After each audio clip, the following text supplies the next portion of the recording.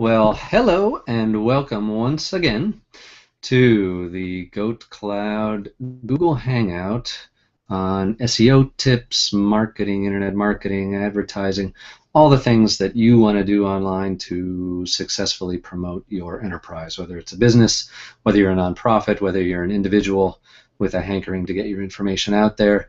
This broadcast is going to help you to take care of this type of online stuff.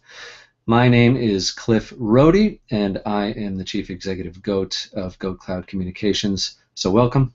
I'm delighted to see you, all of you, especially you right there. Now let me tell you a little bit about the format of this Hangout. Number one is that you can ask questions if you want to. You have to be logged in live, of course, to be doing that. And you can just post your questions and I will get to them in order. So that's fantastic. If you're watching this taped, which many people do, you can simply send me an email message if you have a question, and if it's something that I can answer, I will try to address it at the next GoatCloud Hangout. Now, if you are watching this right now, please kindly do me the favor and tweet about it, write about it, status update about it, give it the old hashtag SEO Goat. As far as I know, I am the only SEO Goat out there, and so I'm delighted to be referenced in that way. Why not? Goats are pretty terrific creatures. I hope you agree. Now, today is May 16th, 2014, so happy upcoming Memorial Day to you. We're not going to be broadcasting again before Memorial Day. Happy Niska Day to you. Now, if you don't know what Niska Day is, it is a celebration of all things Niskayuna, which is a small town in upstate New York, a suburb of Schenectady, and where my wife and I happen to live, and she mentioned that we did that because it's easier to spell than Schenectady. Actually, that's a little joke. I don't know which one is harder to spell. So let's see. Without further ado, let me tell you a little bit about GoatCloud and about me. I'm sorry, I'm adjusting some papers here. You might be able to hear that, and you can see me distractedly not looking at the camera. Now I am again. GoatCloud Communications believes strongly, I believe strongly in giving something, a little something at least, back. We do it by donating a portion of our profits to organizations that in turn donate goats to communities in need worldwide. But you can do that, or you can find something else to do that is of value to, gosh, your own community. Go pick up some trash or something. We believe in something, giving something back. We hope you do too. So, with that said, let's talk about our last Hangout. At the last Hangout we had, we started talking about SEO tools. These are, for the uninitiated, SEO stands for Search Engine Optimization. It is the tips and techniques, tricks that you can do, not really tricks, but anyway, the steps you can take to make sure that you get a little love or a lot of love from search engines, which in turn will help to generate traffic to your website. By and large, people who want a website also want to have traffic to that website. Makes a lot of sense. And so you want the search engines to know about your website, and you want them to know the right things about your website. And so SEO is the art and science of making sure that websites are acknowledged by search engines. Now, keep in mind that at the end of the day, what we're talking about here is really the type of experience that the visitor to your website has. Because if you give a positive experience to your visitor, chances are search engines will reward you, because the search engines will know that you're delivering a positive experience to your visitor. How are they going to know that? Well, they're going to know about things like navigational ease, whether there are a lot of dead links on your website, whether the website content is fresh and changing all the time, whether it's unique, worth a read, whether there's cool images or audio or video on your website, whether the website renders fast. I think I said whether the site is easy to navigate. There are a lot of different steps you can take to do that. So if you deliver all those things to your visitor, well, the visitor is going to be having a good experience, and frankly, the search engines are going to understand that too. So they are going to be delivering people to your doorstep, and that is what we want. So with that background, at the last time we did our hangout, I encourage you to take a look at it. We looked at a couple of free tools, and we actually ran out of time. So I'm going to talk about some more tools today that you can use to do it yourself, to check up on what your vendor is doing for you. But in any event, the tools that we talked about last time were GT Metrics. Metrics is with an X at the end. That's a place you can go to see how fast your site is rendering. They offer all sorts of incredible tips on what to do if your site is not too fast. Sucuri, which is S-U-C-U-R-I, which will help you to identify whether or not there's any bad stuff on your website. Malware, if hackers have gotten in and somehow infected your site with stuff that doesn't belong there, that's a great place to check. And then also, finally, what we looked at was MX Toolbox, which is just a place that's .com. It's a fabulous website to where you can research all sorts of information about your website or anybody else's website for that matter to find out where it is, what it is, who owns it, stuff like that. And this is all useful information when it comes to visitor experience, useful information as well when it comes to search engines. So, I did mention free. Did I say that? Free. By the way, all these tools are free. And so, there's just so much available on the web for free. Strongly encourage you to check it out. Now, does it require a little bit of technical knowledge? Maybe. Depends on the service that it is. And there are some that are pretty intuitive, pretty easy to use. There are some that are a little trickier. You just, you got to see what the case may be. So, before I kind of launch into the services we're going to talk about today, I like to give a little bit of news about what's going on the internet. A couple of things to think about. One is that the FCC, Federal Communications Commission, is dealing with a really hot-button issue in the internet world right now called net neutrality. And that question kind of boils down to what obligation internet service providers, if you happen to be in the upstate New York region, Capital District, you're talking about Time Warner Cable, maybe Verizon Fios, maybe you get DSL service from Verizon. There might be some other providers out there, but anyway, those are internet service providers. They're delivering internet service to your home. There's a question about whether they have to treat all providers of content equally. And there are always proposals out there floating around to make what's called a tiered internet, basically meaning that the big boys or girls can pay to the internet service providers to make sure that their content is favorited so that it gets there faster than content perhaps from the little guys like me, perhaps like you. If you have a website out there and you want it to be delivered on equal footing with all other providers of content, then you ought to be against any attempt to limit net neutrality. So check out the proposed rulemaking. Provide comments. The FCC, they take them into consideration. Prior life of mine, I was a communications lawyer, and I know that the FCC does listen to the voice of the public. So go ahead and do that. Now, a second one, which is kind of interesting, second bit of news, is that Google was just ordered in Europe by, I think it was the European Court of Human Rights, although don't quote me on that, that they actually have to go in and delete information.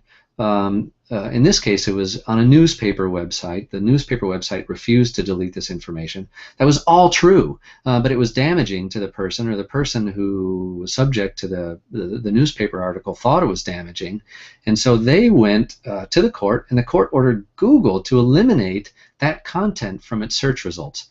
Now, I can't anticipate that anything like that would happen in the United States, but there's a really interesting question, in this day and age about privacy and what responsibility do search engines have to really kind of shield information that is freely available on the internet from users of that search engine.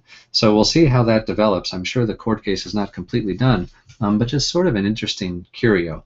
And now, speaking of Google, and then I promise we're going to be talking about free SEO tools. May 21, if you happen to be in the Capital District, on May 21, GoatCloud is going to be putting together with the good people at Knott Street office a Google Partners event at 2215 Knott Street in Niskayuna or Schenectady, depending on how you like to slice up that mail address.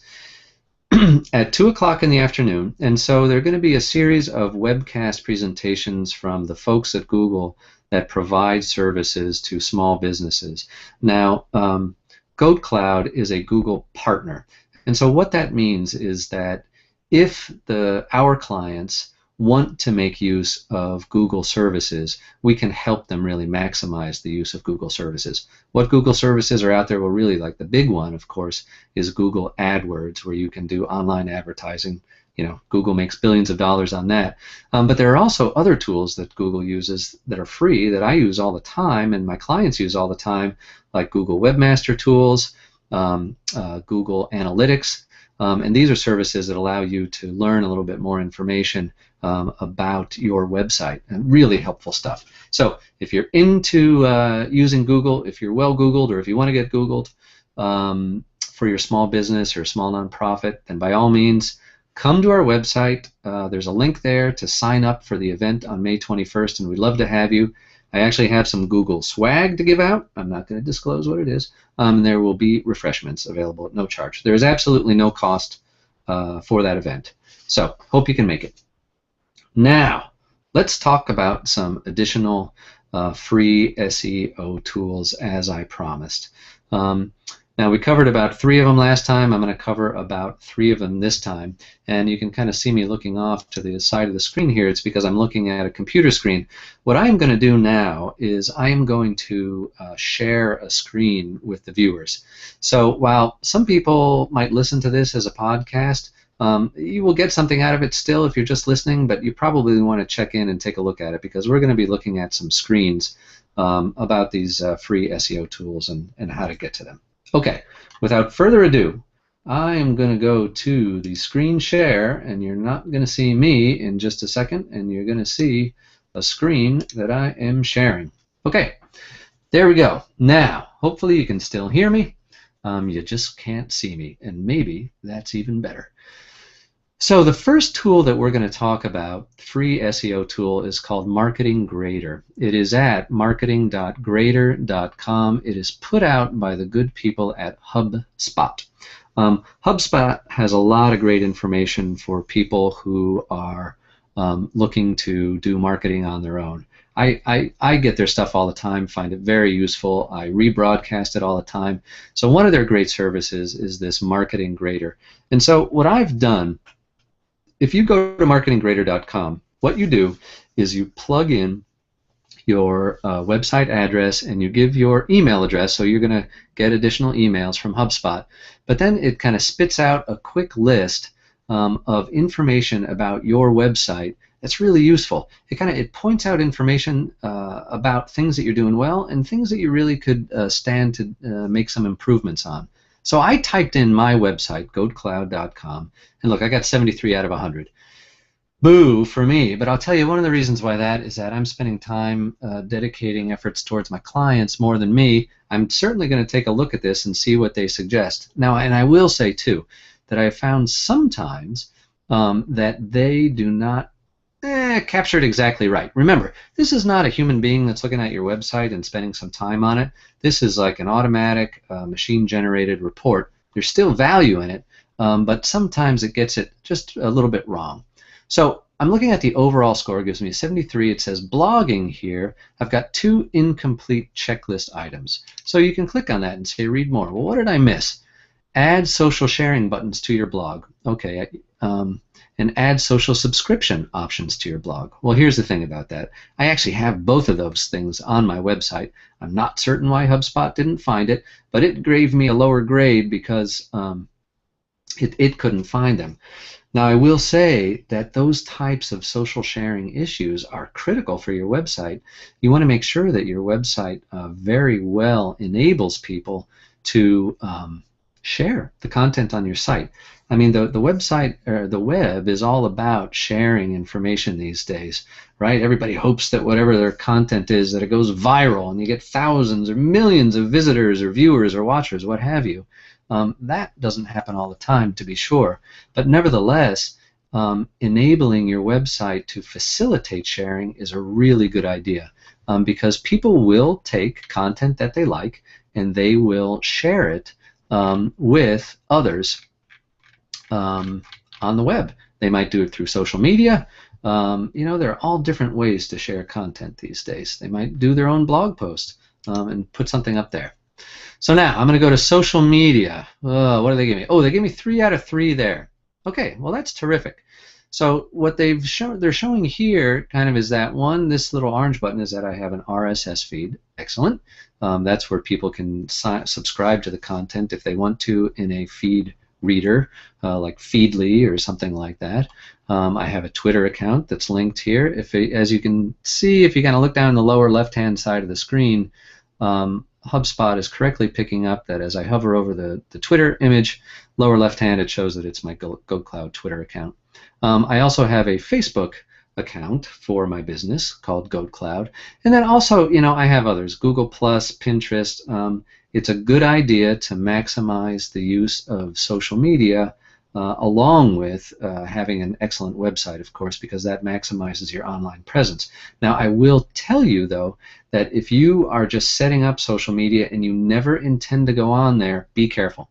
Because if you set up social media sites and you never visit them, never attend to them, it will look like a graveyard, and people will wonder if you are actually out there. Because some people, they're never going to click through to your website. They're only going to see what is on your social account. So beware if you're not going to participate.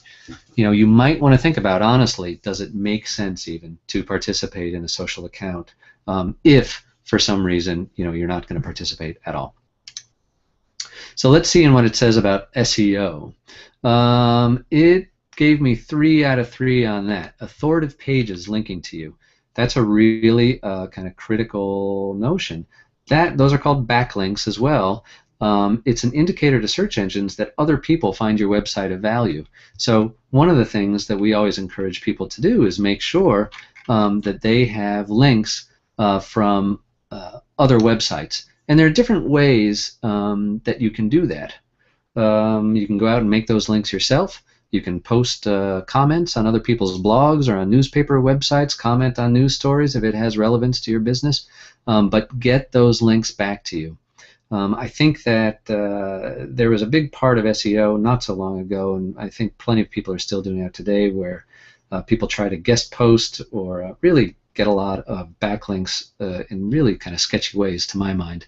You got to be careful with that, because if you have bad backlinks, Google will in fact punish you. Here's some other checklist items. Add all tags to your images. Google, the search engines cannot see what your image is. They don't understand the image by just looking at it. So you actually have to imbue word characteristics with that image, and the most important way perhaps to do that is with what are called alt tags. That is subject for another podcast, and in fact I have talked about this. Go look through my archives and you'll find one where we talked about how to optimize images for your website. Use page titles without your company name. If you go page titles, or if you go up here and see what the page title is, like this one says GoatCloud.com, free website review, HubSpot marketing guide, right? Those are the page titles that the search engines see. You want to make sure you have a unique page title for absolutely every page that you have up on your website.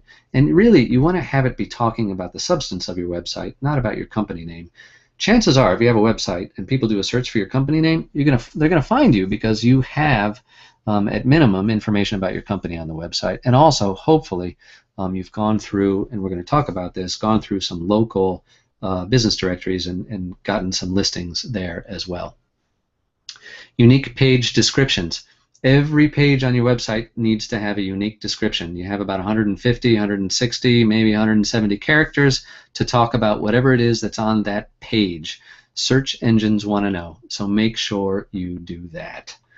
I'm going to click here through to mobile device preview. Now, it says, well, it gave me 2 for 2 on the checklist. It's not showing the mobile, what it looks like, kind of a preview, but this shows you, if you look at the checklist on Marketing Grader, whether or not you have the proper CSS, which is the style sheet coding for your website, whether it will render appropriately for mobile devices, whether it will be responsive, whether your website is responsive. So that is just beyond critical. Making sure that your website looks good, is easy to navigate, is fast on mobile devices, especially for local businesses, because more and more people are using their smartphones and tablets. And remember, they're using them not just when they're on the go. How many times have you sat on your couch and looked at your smartphone or your tablet? Well, that's considered a mobile viewer.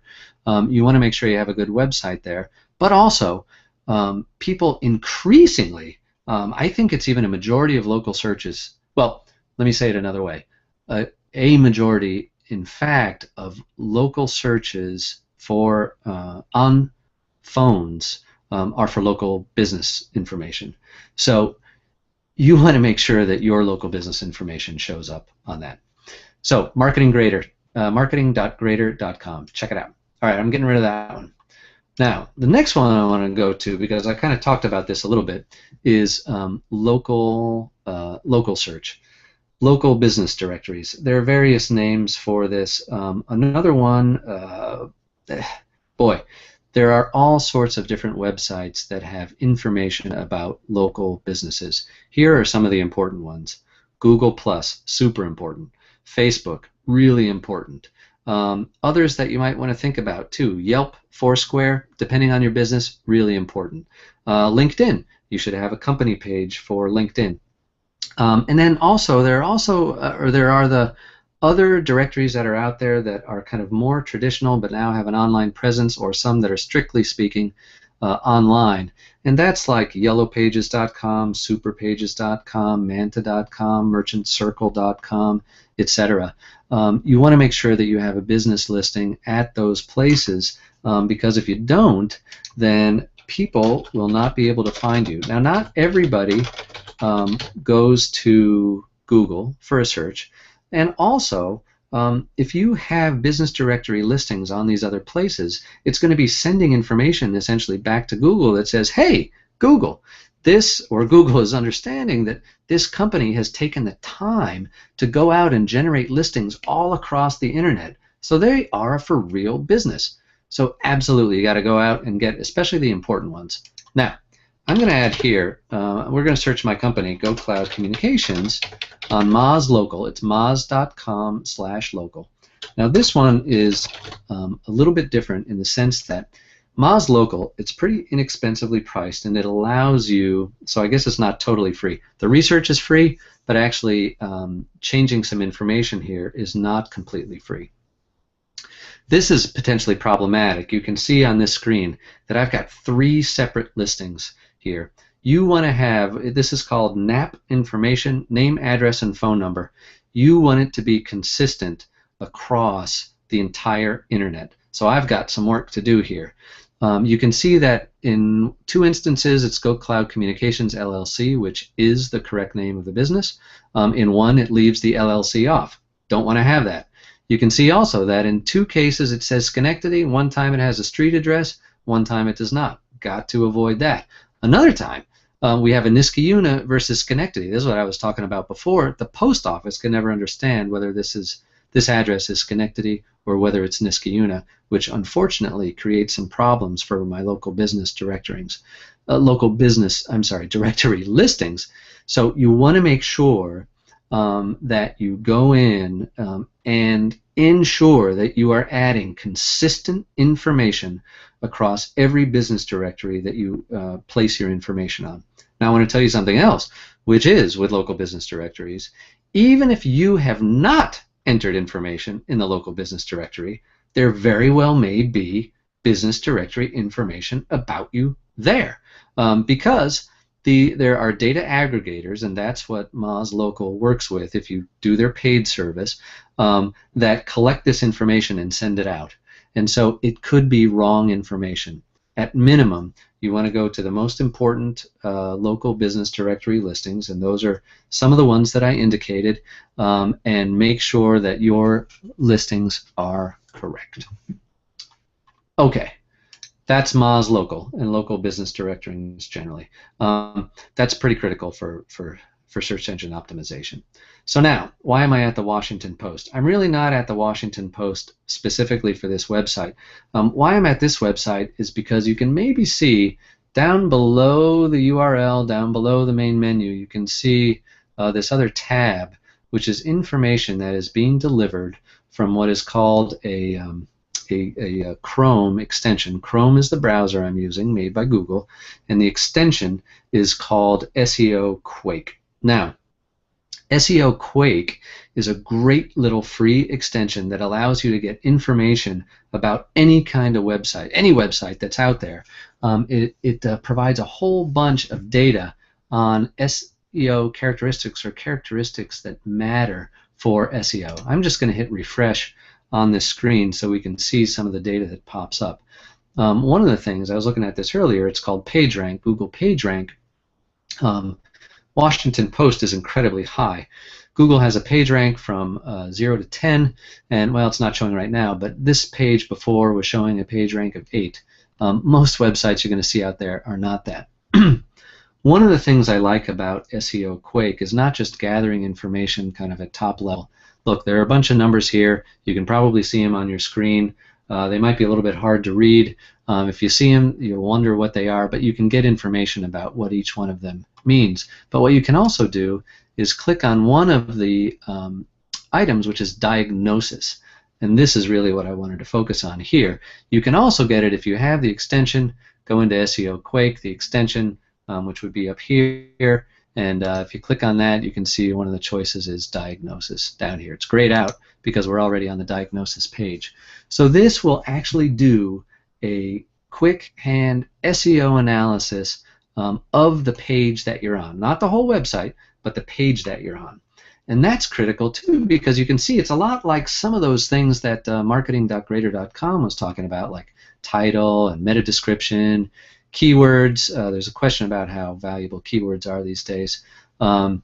Headings, all sorts of stuff. You can see the Washington Post, 18 alt attributes are empty or missing. Well, that might be coming from some of the ads that are being broadcast over to the Washington Post website.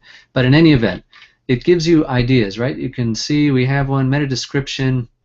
It has a red X. That means SEO Quake thinks it's not so great. Show advice. And it probably says, yep, your meta description is not short enough. I was talking before, right? You want like 150 characters for your meta description. That's like, if you do a search and you see the links that show up, usually it'll give the link and then it gives a little synopsis of what the website or what that web page is about. Well, guess what?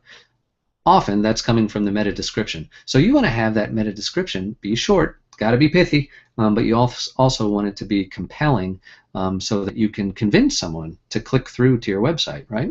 Else, why bother?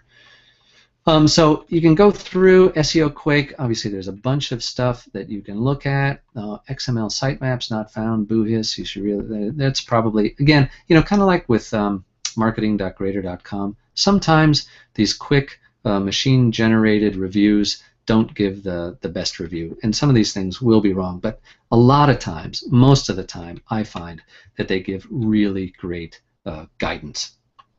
So I'm going to click off of here, and I am going to come back from the screen share, and you're going to see my face again. Sorry about that. So we've talked today about additional free SEO tools that you can use to find out how well you're doing from an SEO perspective with respect to your website. And actually, as we looked at marketing.greater.com, that's going to check out too whether you're doing an okay job with your social media. So it's all bundled together, and whether search engines are going to give you their love, and so you want them to, believe me. A couple of services that we did not talk about, I mentioned in passing very quickly, but they're worth mentioning, although I'm not going to go through them right now. One is Google Analytics. It is absolutely critical to install software. Google Analytics is a little piece of code. You install it on your website so that you can understand what kind of traffic and how much of it you're getting to your website. Where are people coming from? How long do they stay? What pages do they hit and drop off? Are there pages there that are not working? You can find out all sorts of information, and you need to understand what's going on your website to better deliver or to deliver a better experience to your users. And especially, if you're in sort of a sales environment and you're looking to develop conversions, leads, visitors to leads to conversions, you want to help people get through that process and deliver them to the purchasing doorstep. The way to figure out if your website is working is to examine the analytics.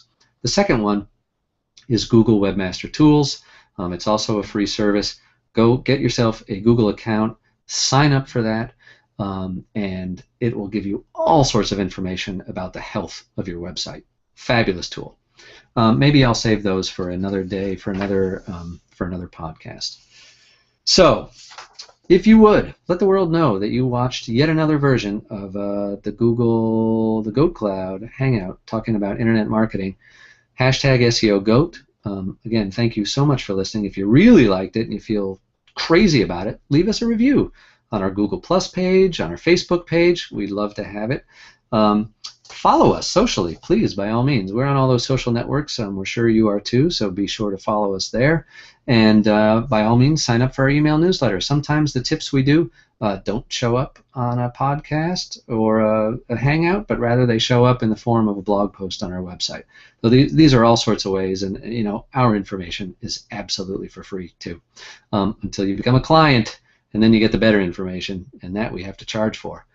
Hopefully, you'll end up there one day. Thank you so much for listening today. Have a great rest of your Friday. And if you have any questions, you can shoot me an email, cliff@goatcloud.com, or you can call 518-557-7613.